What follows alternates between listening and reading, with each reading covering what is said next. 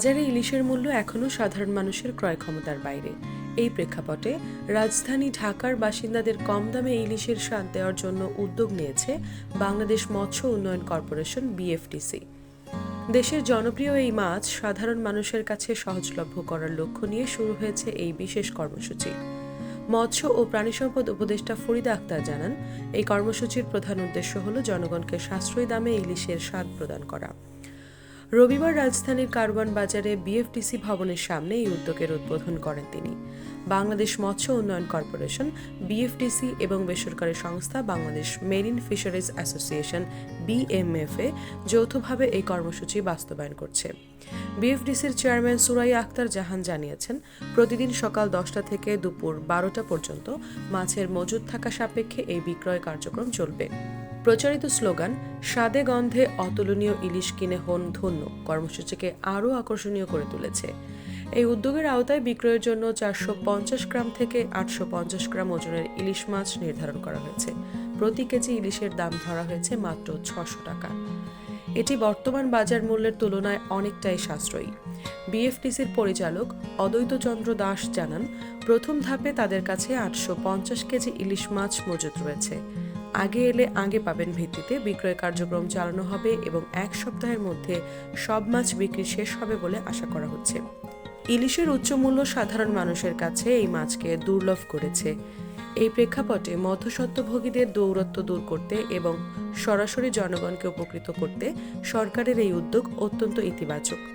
মৎস্য ও প্রাণিসম্পদ উপদেষ্টা ফরিদা আক্তার বলেন, সরকারের এই উদ্যোগ বাজার ব্যবস্থাপনায় ইতিবাচক প্রভাব ফেলবে। সরাসরি বিএফটিসির অধীনে এই বিক্রয় কার্যক্রম পরিচালিত হওয়ায় মধ্যস্বত্বভোগীদের সম্পূর্ণভাবে এড়িয়ে যাওয়া সম্ভব হচ্ছে। এছাড়াও ইলিশ সরবরাহ বৃদ্ধি এবং এর চাহিদা পূরণের জন্য সরকারের আরও কিছু পরিকল্পনা রয়েছে। সরবরাহ বাড়ানোর পাশাপাশি ইলিশকে সাধারণ মানুষের ক্রয় ক্ষমতার মধ্যে আনতে আরও কার্যকরী পদক্ষেপ নেওয়া হবে বলে আশ্বাস দেওয়া হয়েছে। ইলিশ মাছ বাংলাদেশের জাতীয় মাছ হিসেবে পরিচিত এবং এর প্রতি বাঙালির আবেগ অত্যন্ত গভীর। বর্ষাকালে ইলিশ পান্তা বাঙালির এক অনন্য ঐতিহ্য। শুধু স্বাদ নয়, পুষ্টিগুণেও ইলিশের তুলনা নেই। তবে সাম্প্রতিক বছরগুলোতে এর উচ্চমূল্য ইলিশের ঐতিহ্য থেকে অনেক মানুষকে বঞ্চিত করছে। বাংলাদেশের অর্থনীতিতে ইলিশের অবদানও কম নয়। প্রতি বছর বিপুল পরিমাণ ইলিশ রপ্তানি করে দেশ বৈদেশিক মুদ্রা আয় করে। ফলে ইলিশকে সাধারণ মানুষের জন্য সহজলভ্য করার পাশাপাশি আন্তর্জাতিক বাজারে এর গুণগত মান ধরে রাখাও গুরুত্বপূর্ণ। বিএফটিসি এবং বিএমএফ-এর অধীনে এই বিক্রয় কার্যক্রম তদারকি করার জন্য বিশেষ নজরদারি টিম কাজ করছে। বিক্রয় কার্যক্রম সুষ্ঠুভাবে পরিচালনা এবং ক্রেতাদের জন্য কোনো হয়রানি এড়াতে প্রয়োজনীয় ব্যবস্থা নেওয়া হয়েছে। সরাসরি ক্রেতাদের হাতে ইলিশ তুলে দিতে প্রতিষ্ঠানগুলো আন্তরিকভাবে কাজ করছে। এই কর্মসূচির সাফল্যের উপর ভিত্তি করে ভবিষ্যতে দেশের অন্যান্য বড় শহরেও এমন কার্যক্রম পরিচালনা করা হবে। বিশেষ করে চট্টগ্রাম, খুলনা, সিলেট এবং রাজশাহীর মতো শহরগুলোতে সাশ্রয়ী দামে ইলিশ বিক্রয়ের জন্য উদ্যোগ নেওয়া হতে পারে। এছাড়া ইলিশ মাছ সংরক্ষণ এবং পরিবহনের মতো উন্নত ব্যবস্থাও সরকার পরিকল্পনা রেখেছে।